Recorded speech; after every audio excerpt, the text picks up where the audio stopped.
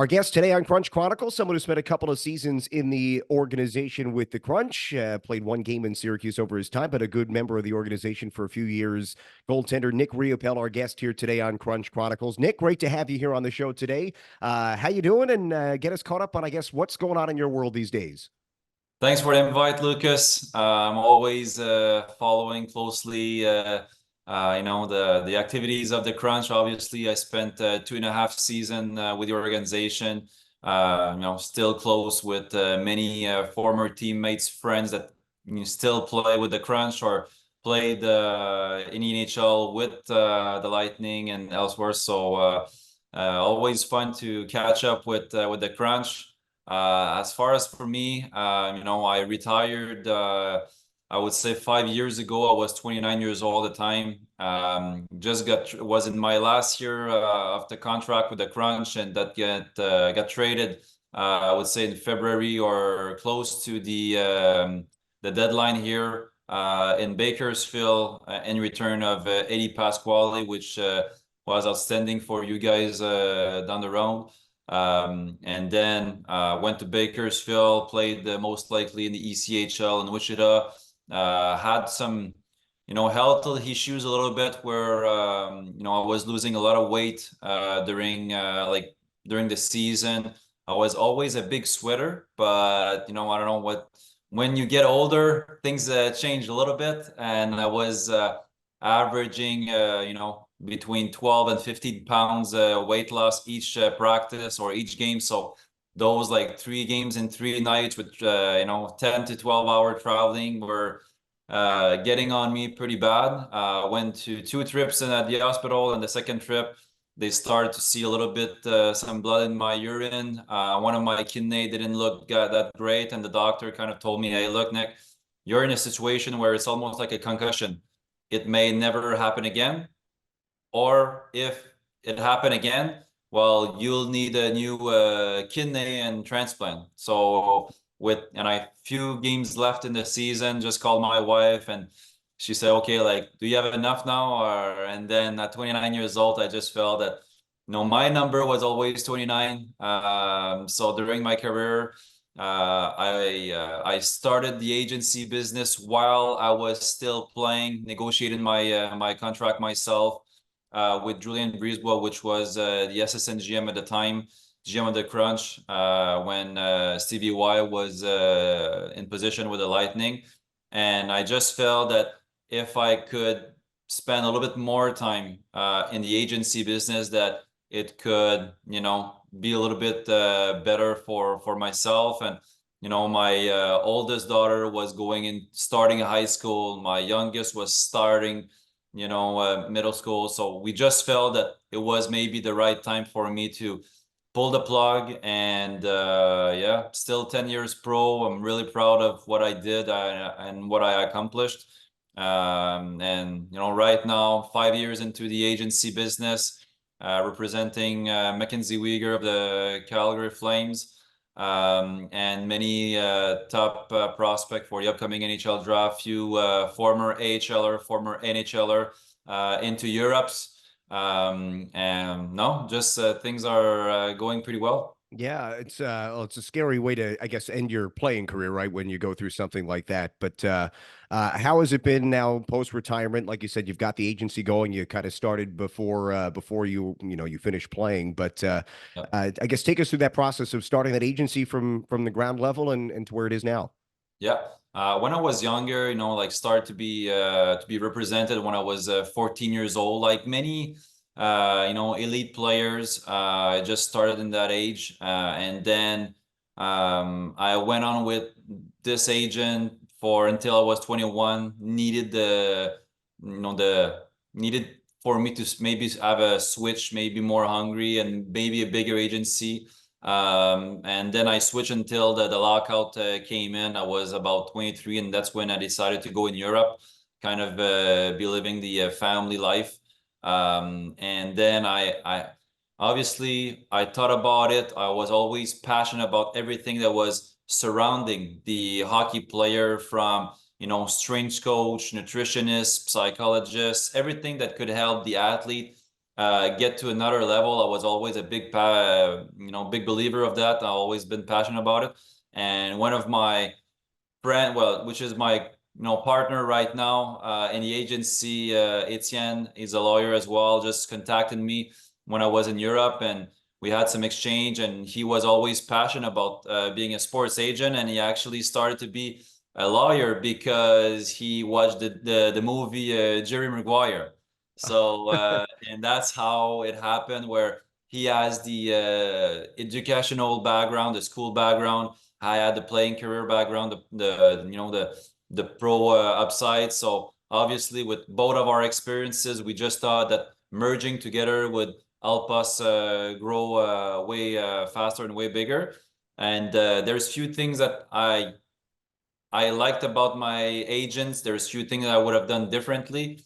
And the first role I told Etienne when we first chat, asking me if I would be interested into starting that little gig, was, hey, I want to represent the players the exact same way I would have liked to be represented.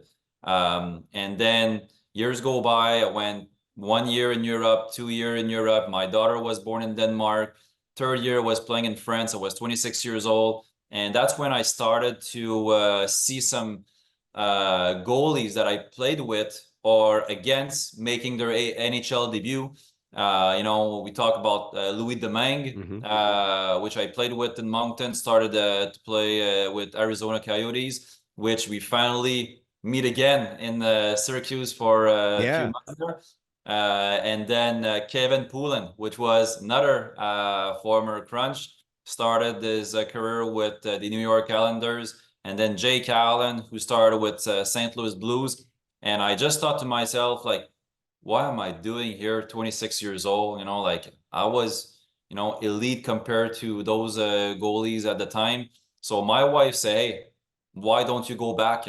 And I thought to myself, hey, I'm living the good life here. Like we're in France. I was on days off. I was an hour away from, the Eiffel Tower, taking a little cup of coffee and cheese and everything, like making 3 times what I was making in North America. But she always told me, hey, you need to do it because you might regret it at some point once you retired. So let's go back back to the ladder. So that's when I decided to represent myself. Started in Norfolk in Virginia Beach in the ECHL. Had a great few months. Was coached back by Eric Veilleux, which was a former assistant coach with the Crunch the past few years, now with the Quebec Ramparts. And he gave me my chance. Wasn't paying much money, as people sometimes don't know, because they think, hey, you're a professional hockey player, must be making millions. Mistake. And then that's when I started chit-chatting with few GMs in the AHL. And one day, Julian decided to give me a call, give me a contract. And then I became the number 5 goalie, the 5th goalie of the organization. Went to back with my mentor, Franz Jean, goalie coach for Tampa Bay Lightning for the past, I would say 14 years. Was my goalie coach for 4 or 5 years with the Moncton Wildcats. We won a President's Cup. He always been my Francois Allaire to, Patrick Roy or to GS Giguère. I still look up to him. And the great thing right now is that, we're representing his son, Nika Jan. So no, it's come full circle. And, how I started is that there's a lot of players that I played with at both levels, AHL and ECHL, that was asking me, how was your time in Europe? Obviously people might know this, but in Europe, the quality of life can be a little bit better just because you don't play 70, 80 games. You play maybe 50, 60 games.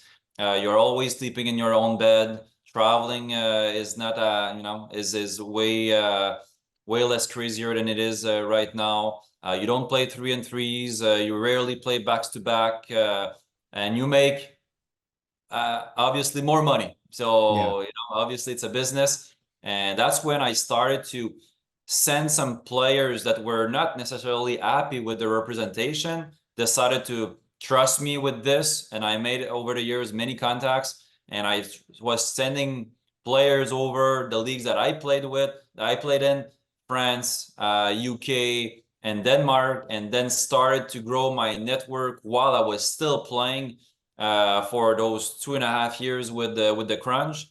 And then when I decided to be a full-time agent, well, obviously my knowledge, my time was way more valuable to be spent around my players. And I just think that the services that I gave to my client, because I wanted to represent them the exact same way I would have liked to be represented, was the game changer in our agency. And that's why the past 5 years we've been growing tremendously. We don't compare ourselves again like those the big time agency that represent dozens of players in EHL, but we still believe that we'll get there. And then we just, one day at a time, 1 year at a time, and we try to achieve those little baby steps here and there. And we're now really proud of where we are right now.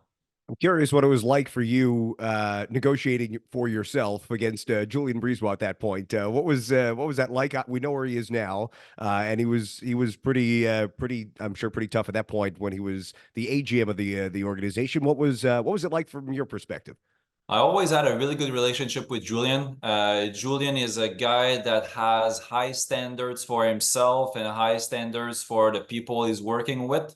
And I believe he saw that in me in terms of how I was as an athlete. I was always, having a high standards in terms of work ethic, being reliable. Obviously, through my career, I've built myself kind of reputation where I had, come out through adversity really, really well, through tough challenges, good character, determination. And I think he respected that when he was negotiating with me.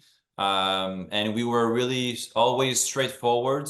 Obviously, the relationship I had over the years with France Jean, well, I think he knew me maybe way more than different player that he's negotiating with, for the first time. And it was always, always having some really good conversation. Hey, he's smart. He's a tough negotiator, but he's fair. So, I think I got what I deserved in the meantime, and I was always pleased with my deal. But I'm even more proud that I'm able to negotiate way bigger contract than what I used to be doing for myself back then. What is the you as you've been saying, you've been doing this for a bunch of years now, post playing. What is, I guess, your philosophy as an agent? You said you want to treat your players, your clients, like you wanted to be represented yourself, but what's kind of your philosophy there? I think the biggest thing right now in 2024 is that the mentality of the new players, the new generation, has changed from my days, from the players before me as well. Is that I think players needs answers, and they need it quickly, which means that accessibility is something that I'm really, really keen on. Obviously now with all different, all different options of being in contact with someone through call, text, WhatsApp, Instagram, Twitter, emails. Like like you can see if your agent pretty much is online. So if he doesn't answer, well, what's happening here? So I'm really keen on this, and I feel that players also need some recognition. In my days when the coach wasn't speaking to you, it was a good thing. It's because you were doing things that you were supposed to do. Sometimes you say like no news, good news. But now it's like, hey, how come the coach doesn't talk to me? Like he didn't told me like I played a great game, Mm. or I just did a good shift. So I think the new generation need a little bit more feedbacks. the new generation of parents as well. So that's where I think the game is, where I can relate to the player a little bit better, because I was in their shoes not 20 years ago. Like I was there 5 years ago. I never left the game. It's not like I decided to do something else for 5, 10 years and then come back into the game. I never left the game. I was always involved in the game. So I know what the player expect from their agent. I know, and I can relate to them when how does it feel when you get the call of, hey, you're gonna be sent down to the ECHL. Hey, you're gonna be called up. Hey, you're not gonna play again for 6 straight game. Hey, we thought about it, maybe giving you only a 1-year AHL contract instead of 3 ELC, what that we discussed. Like all of those things I can relate because I was there. I made some trips up and down over the years. I've played in both leagues. I did 6 NHL training camp. I went over 3 NHL draft, got finally drafted in my 3rd year of eligibility. So I know all of the process, and I think that's what players that I do represent and I was representing in the past, that's what they appreciate, is that, hey, the special connection that I have with my agent, like it's kind of a trust relationship where I trust the player to do everything in their power to, excel or perform in terms of, work ethic, professional attitude, nutrition, rest. And then on the other side, they trust me that I'm going to work as hard as them doing, overtime, extra on the ice, extra in the gym, while they expect me to do extra phone calls, extra push, and sell them a little bit harder. And that's where I can relate, because I know what it's feel like to train with Powie when you don't play the night and you need an extra gym workout in the evening, and you go back home at like 1 and you need to be the first one at the ring the next day. Like I know all of that, and that's where I have a good relationship with my players, because I can relate and what they're feeling right now. Nick, as we're talking, it's a very busy time of the year, and I mean, I'm sure it's always busy for you year round. But right now, we've got trade deadlines coming up: the NHL trade deadline, the AHL trade movement deadline. You've got CHL players on March 1st eligible to sign contracts. There's a lot going on. There always is, like I said, I'm sure. But what is this time of the year like for you? It's to be honest, it's busy, but as sometimes I'm saying to my family members or my friend, it's a good busy. You know what I mean? Like Yeah. it's the time of the year that, yes, it's a grind, but when you have the opportunity to call one of your client and tell him the good news about, hey, here's the contract, are you happy about it? And then seeing their family, their wife, kids being happy about the new chapter, it's always a great moment. Obviously, I've been kind of prioritizing the European market once I was retiring, just because I'll be straight honest that that's where the money is. Yeah. And that's where the money was for me at first, because when you go from a AHL contract to nothing, well, even if you have 50 players in the CHL, it's worth nothing. You know what I mean? So that's where I made my knowledge there. But also, I think it's also kind of an extra weapon or an extra tool I can sell to a new player, is that I'm kind of giving you all option worldwide each year. I can options in North America, options in Europe. You don't have to switch agencies in between, depending if you want to go in Europe or on the other way around. So it's really busy, because the recruitment in Europe starts once the European deadline is over. So February 15 was the European deadline. The 16th, I received like a lot of messages from GM. Hey, do you have your list for next year? Because obviously, as people might know, the season, the training camp starts late July, 1st of August. So by the time the contract is signed, by the time the application visa is done, by the time they find a team, an apartment, a car, order the equipment. There's so many stuff to do before the training camp. Versus in North America, well, players are going to the NHL rookie camp maybe second week of September for the most part. So that's where they might have a little bit more free time. And then we got the CHL also. It's a last push. We got the 3 players eligible for the upcoming NHL draft in Vegas, which we will attempt. We're really confident that some of our players will go from the top 2 rounds to the top 5 rounds. So we're really, really happy about it.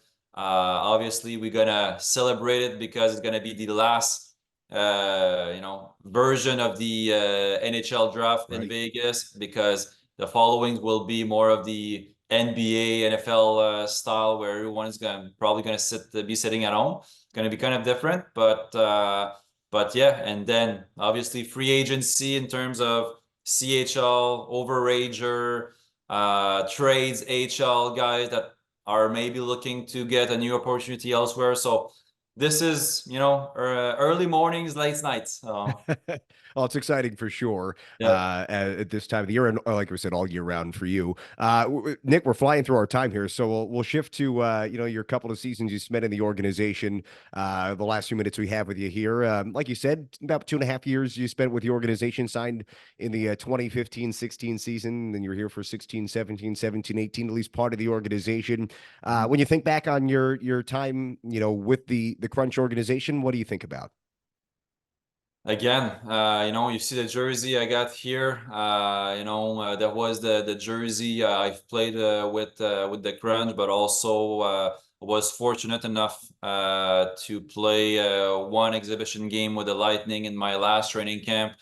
After Julian challenged me pretty well on the exit meeting before, like asking me, "Hey, what's your main goal?" I say, "Hey, playing the NHL." And at that time, there was Ben Bishop and Andrei Vasilevsky in nets for the Lightning, and told me, "Well, if you come in and you beat those two, you'll get your shot." So I made sure I prepared myself pretty well. I came in really, really good shape. Did outstanding, my best training camp in career, and when it was time for everyone to go back for the Crunch training camp, well, I was surprised that, and also really happy that Julian told me that they were going to send Michael Layton at the time to the Crunch and keep me with the team. I was there, I think, few days before the opening night.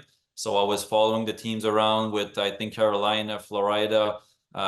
We made a few trips there also in Nashville. So, all of the experience I really enjoyed. But my time with the Crunch was really, really good.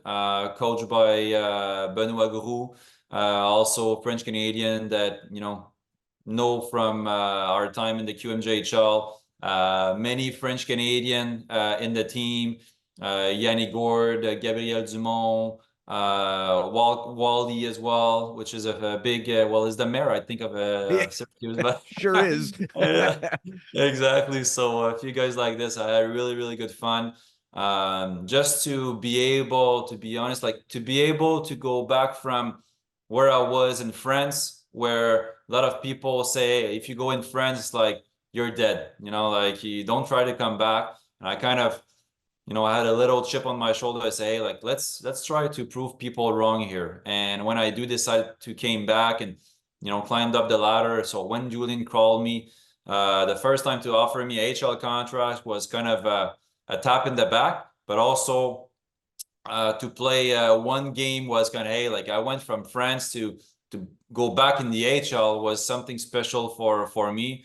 And to go, to play also NHL exhibition game at 28 years old, which was really, really rare. Normally it's you give this to the young guys. Yeah. So no, everything was special about my time with Syracuse. Obviously, I always had the Lightning,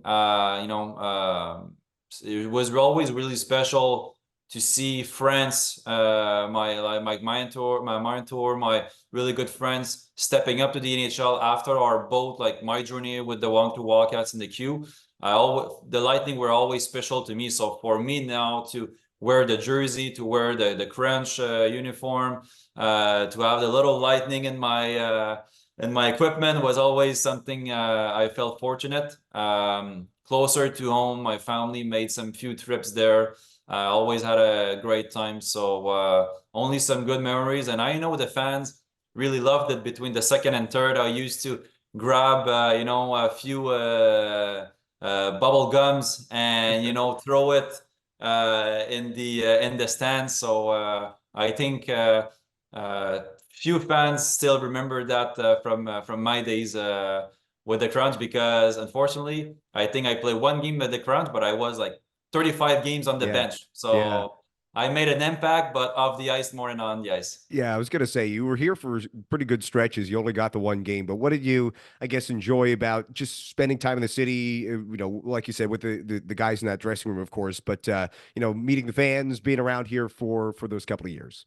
Well, I remember when I first started playing pro, I was for the Adirondack Phantoms, which Right. was the AHL farm teams of the Philadelphia Flyers, because obviously I was drafted by Philly. And I remember when we used to go in Syracuse, I believe that time was the farm team of the Columbus Blue Jackets.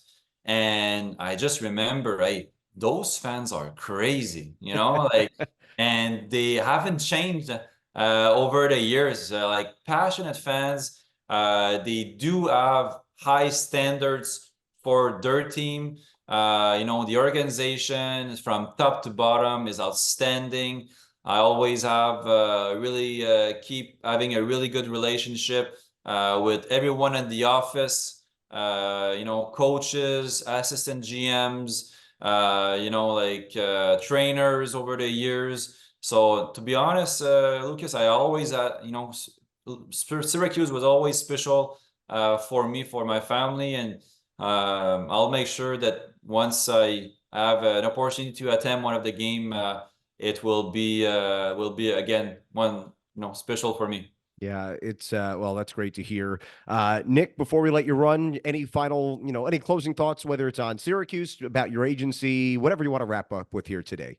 Well, I just want to thank you, Lucas, for thinking about me, thinking about just to give me the opportunity to talk about my time as a Crunch. Like I said, it was a blast. That's how I kind of ended my career. I'm really proud that I was a member of the Lightning organization, a member of the Crunch, and I always follow the team really closely here, both at the AHL and NHL level. So I just want to thank the fans again that reached me out through my different social media after all those years, and I'm just glad I was part of the members. So again, just go Crunch, go, and it's gonna be a crunch time coming soon for you guys. We certainly hope so. Nick Riopel, thanks so much for doing this today. Continued success with you and your agency, and we'll hope to catch up soon in person. Thanks again.